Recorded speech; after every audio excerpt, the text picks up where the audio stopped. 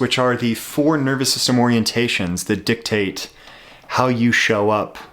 We can say under pressure, but the truth is all the fucking time.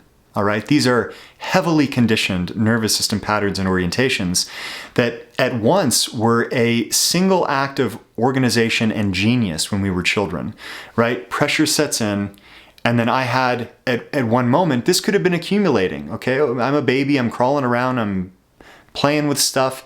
I'm slowly learning skills of how to tense myself and how to resist and how to relax and do the whole thing, and maybe even pay attention to a game and how to listen and hear. And so I'm gradually developing all of these attributes, but then there is one moment of pressure that distills them into a coherent response that signals, this is the safest way for me to deal with this pressure and this problem.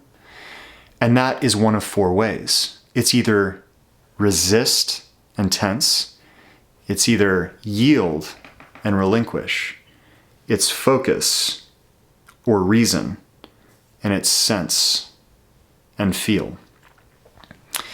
And each one of these orientations is incredibly powerful and profound, and that's why we tend to live into them over many, many years, and they become dominant orientations. And if you don't know yours, link in the description. We've got a 15-question quiz, takes about 2 to 3 minutes to take. It's quite accurate. We've put a lot into this. You're probably going to test to one of these 4 skins or double dominance, but if you get combo, respond to the email you get with your results. I will personally look up your combination results to give you the specific breakdown of which ones may be dominant even within a combination of all 4. The incredible insight from this is that we have the range of all 4 living within us. But because we have conditioned and trained certain patterns more than others, they become dominant expressions that we default to unconsciously. These fall into the category of the conditioned skin, where once they were genius, emergent, the perfect solution to pressure when we didn't have the language or understanding to coordinate a response, our body gave us the answers. Now they've been repeated and trusted, but oftentimes they've been trusted into an arena that outlasts its usefulness unless we find clear direction, right? So you might find somebody with the warrior skin, the one who starts with resistance or tension, going into a domain like law enforcement or the military or CrossFit as a training model. Any one of these things where they are rewarded for that orientation.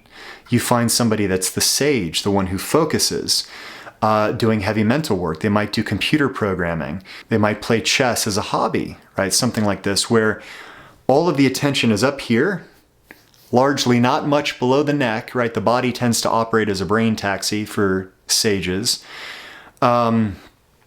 We get into the shapeshifter, and this is somebody that might fall into the domain of artistic expression or something that rides the waves of literal waves. Could be a surfer, for example. But somebody whose dominant attribute is yielding, flexing, going with the flow, adapting in real time. Also people in other creative arts and creative design work fall into this category because they constantly need to find new solutions and work with a complex data field and not get stuck in one particular category. And then we find the asset, also commonly known as the empath or the sensate. And this skin is organized through sensation, feeling, largely below the neck. It's taking in all this data and information, and it's not reasoning an outcome.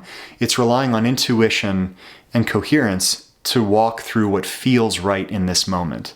And this is possible because the unconscious mind or the subconscious mind can work at like 40,000 times the capacity of the conscious mind. There's a lot that we're able to take in.